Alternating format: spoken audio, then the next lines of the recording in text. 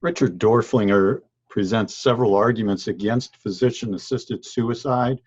He is also against euthanasia, and so we will define those terms more carefully in our next video. But here, since Doerflinger does not, we will go with his terminology. First, some background ideals that Doerflinger talks about. He says that an integral moral principle among the Judeo-Christian worldview is that it's wrong to kill innocent people. He regards this as prima facie reason to not allow physician-assisted suicide or euthanasia. However, he states that the religious basis for ethics has decreased in acceptance over the past few decades, and because of that, he argues without appeal to those religious values. So he thinks that although those values would give good reason to not allow euthanasia or physician-assisted suicide, we should not be using those as a basis since they are not widely accepted.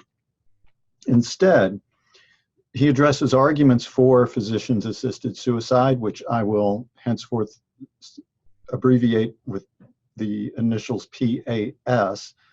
He addresses these arguments based on autonomy, and he provides various slippery slope and loose cannon arguments against PAS. So we begin with alleged values of proponents of PAS. So Doerflinger considers opposing views and what their motivations might be. He says, while some proponents of PAS acknowledge the intrinsic value of human lives, others have sought to overturn that value. They claim that death is preferable to some lives of the seriously ill. So it can go either way here. Some might maintain the value, but some might just say that there's not really an intrinsic value to human life. Other proponents argue that the dignity of a person is what the value that motivates the allowance of PAS is. That's the primary value, maintaining the dignity of the individual human. So the idea is that there's dignity then in controlling the end of life, and it is the ultimate exercise of freedom, engaging in physician-assisted suicide. Now, Doerflinger responds to these arguments in two primary ways, two large picture ways here that we're going to talk about. First, he talks about the value of life being greater than the value of freedom itself. So we are going to look at a few slides where he is making that claim and supporting that claim with arguments. And second, he has several arguments that show the problems with physician-assisted suicide directly. And primarily, these are slippery slope arguments. We might call these a couple of these loose cannon arguments. So first, the idea that the value of life is greater than the value of freedom. Doerflinger appeals to our founding documents, including the Declaration of Independence, and he argues that this gives the appropriate ordering of inalienable rights: life first, liberty second, and then the pursuit of happiness third. Life precedes liberty, and life's the most fundamental right of any individual. So it is the primary, the most fundamental right that someone has, and it's a necessary condition for every other worldly good, including liberty or, of course, the pursuit of happiness. So you have to have life in order to have liberty or the pursuit of happiness. You also have to have liberty in order to pursue happiness. So we see how the first two provide the basis for the third. The first provides the basis for the second two. If life is more fundamental than freedom, then society should not encourage self-destruction, Doerflinger argues. And here's an illustration that would support the primacy of life. Even being enslaved would not be as bad as losing one's life. If you lose your life, you have no freedom whatsoever in any way. If you are enslaved, you have the freedom to seek liberation or to choose the attitude you will have in your plight. And we might present an example here of J.C. Duggard. You may have heard of her. She was kidnapped at the age of 11. She was abused for more than 18 years, and she chose to find a way to stay alive. Even though raped repeatedly, she actually gave birth to 2 daughters while in captive. She finally escaped with her 2 daughters, much when she was nearly 30 years old, and has had an apparently fulfilling life since then. And the children have seemed to have adjusted and come along well since that time. So even though she was in an absolutely horrible situation of being enslaved, she chose her attitude at the time, and she chose to continue to seek freedom. So that would be an example for Doerflinger. Now, more directly against the supporters of physician-assisted suicide, the idea is that it's only offered to those who no longer have meaningful freedom. That's the claim of supporters of physician-assisted suicide. But Doerflinger argues this rationale fails, because if they didn't have meaningful freedom, they wouldn't have the freedom to make such a big decision. And if they did have the freedom to make such a big decision, then they would already have meaningful freedom. So they shouldn't be offered physician-assisted suicide. Now, those who wish to maximize the value of choice must not take away the one thing that allows for choice: life. If you don't have life, you don't have the value of choice, Doerflinger argues. And it seems that instead that what they really value is happiness or avoidance of pain. And that seems to be primary over both life and liberty. But that's the least of the values, as we mentioned, and as ordered appropriately, argues Doerflinger, in the Declaration of Independence. So that concludes the first portion of the arguments of the importance of life and the value of life. Next, Doerflinger goes to slippery slope and loose cannon arguments to directly attack physicians-assisted suicide. And the basic idea is that the removal of the prohibition on killing the innocent and the taboo against physician-assisted suicide will lead to destructive expansions of the right to kill. Doerflinger says it's a Pandora's box. Once you start allowing it, it will cause all kinds of problems that may not be foreseen. But Doerflinger argues we can, if we reflect carefully, see some of the consequences or the problems with doing it. And in particular, he gives 7 different arguments not to allow PAS.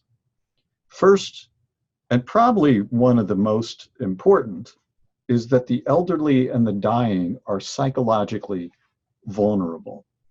So once the option of PAS is there, once it's legally available, there might be subtle or even overt coercion by family, friends, medical staff for people to make that choice. Now, again, it might be subtle. It might not be overt, but it could be.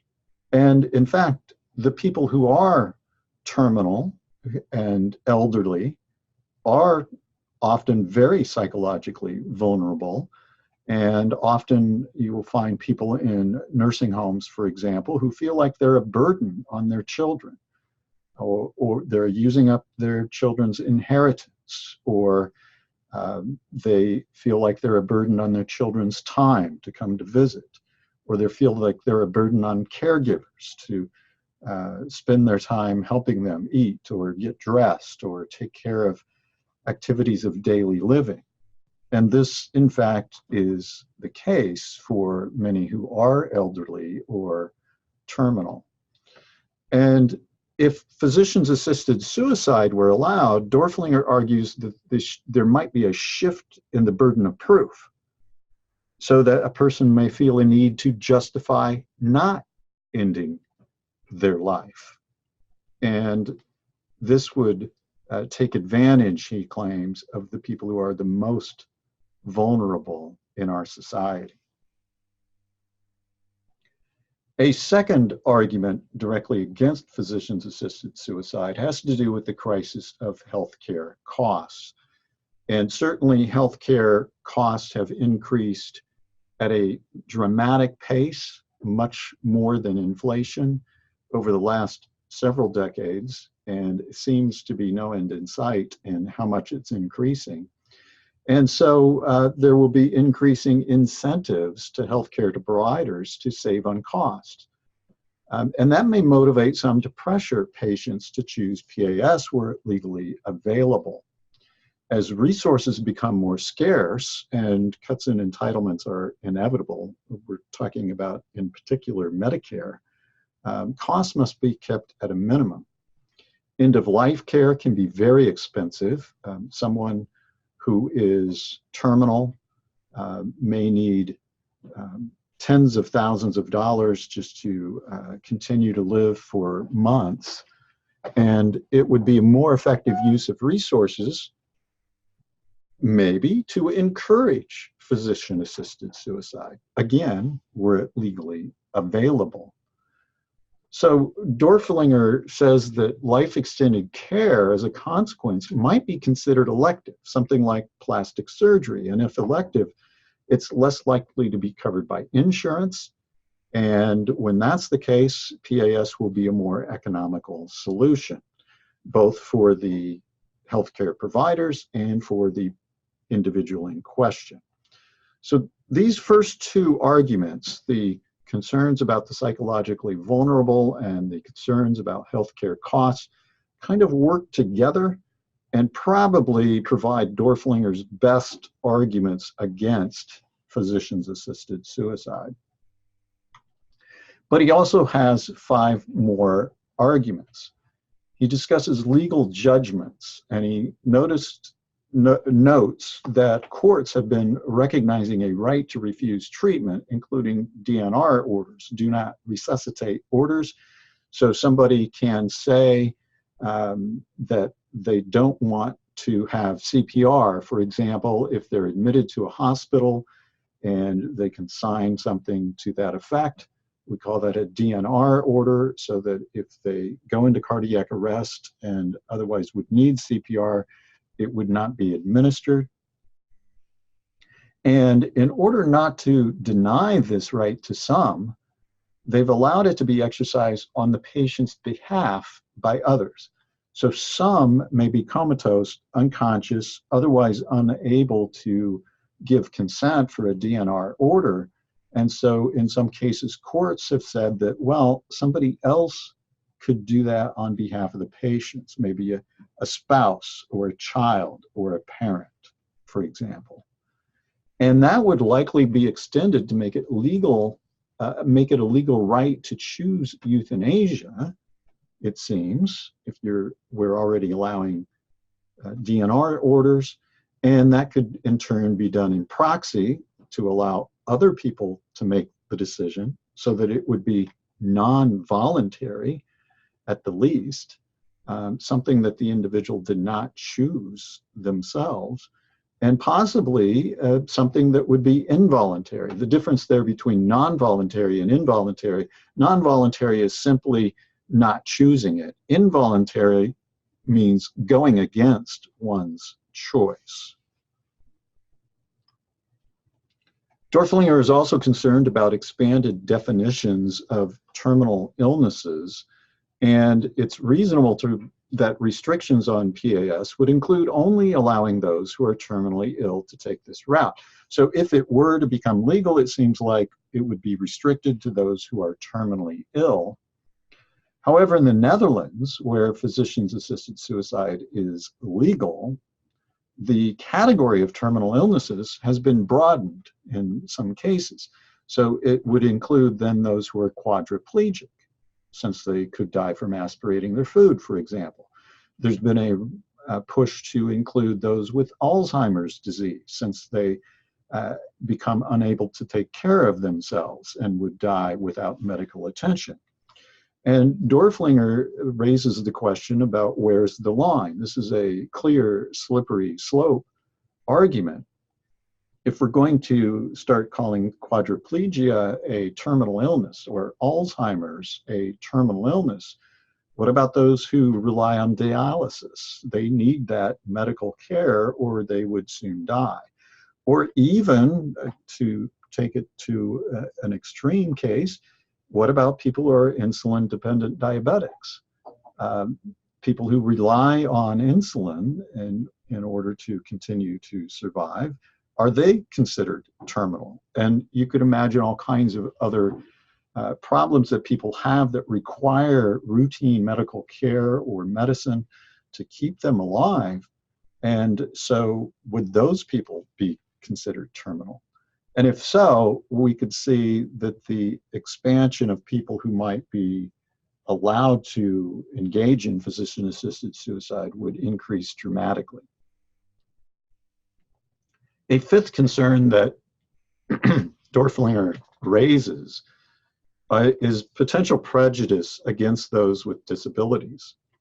When people say that their life would not be worth living if disabled, so for example, a quadriplegic person, so they're going to choose physician-assisted suicide, then that leads to those with disabilities to question whether they should have PAS, even if they otherwise hadn't been considering it. And there might be a concern that since we allow it for physical disabilities, maybe we should allow it for mental disabilities. And of course, coupled with our previous concern about proxy notifications or ability to allow PAS by somebody else's rights, you can see how this might be problematic.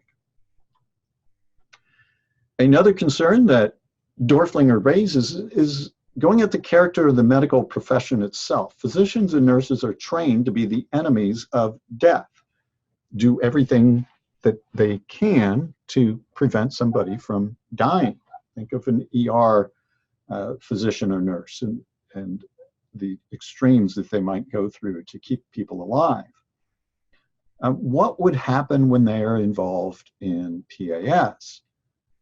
Doerflinger is concerned that if they were, that might change their self-image of who they are in their profession and what their role ought to be. Now, speaking as a nurse who has, or someone who's worked as a nurse for several years, I kind of will raise my own criticism or doubts on this argument, because physicians and nurses are also trained to be the enemies of pain. That is, they care for the individual person and they want to help their patient live the kind of life that they want to, and that may involve providing medication that will relieve their pain but might be problematic in some other ways. And so patients may desperately want pain relief, for example, and sometimes physicians and nurses will provide that, even if they know there's a potential that it will shut down their breathing and heart to the point that they may not recover. And it's out of compassion for providing comfort for the individual that they might be acting. But Doerflinger says that there is an extreme tension here that might be problematic.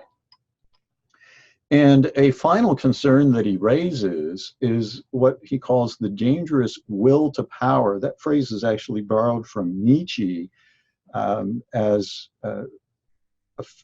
in the context we need not worry about. But in any case, power tends to corrupt. And he says, what possible power could be greater than to terminate somebody's life? And if you're giving that power to people, some professionals may be affected by being involved in PAS to a point of perversion. and beginning to seek out opportunities to assist, and therefore encouraging people to seek PAS. Nurses have done this in the past with euthanasia. There have been a few cases of nurses who have actually given people lethal doses of pain medications intentionally to, we might borrow the ugly phrase, put them out of their misery. And there have been nurses that have done this, that have been caught and found guilty of doing it. And they claimed that their motivation was to relieve pain, but it seemed to be somebody doing it frequently. And it does seem to be an example of a case of seeking out the power of doing it. Doerflinger cites a much uglier example. Those who participated in mercy killings in Germany in the 30s were much more easily recruited to operate in the killing chambers, in the death camps, and the other horrific medical experiments that were going on conducted by the Nazis. And he says that this will to power can get into somebody and cause them to do all kinds of horrible things. In conclusion, we have the two major points that Doerflinger makes. First, he says life is more valuable than the liberty to end it, and because of that, most of the arguments for PAS are undermined, and we should value life more than the choice of PAS. And then he has the 7 loose cannon and slippery slope arguments. That last one we spoke of would be a loose cannon argument. And these may not be conclusive individually on their own. But as we noted, even with the first 2, they kind of support one another. And Doerflinger argues that their combined force make a serious case against allowing PAS to be legal.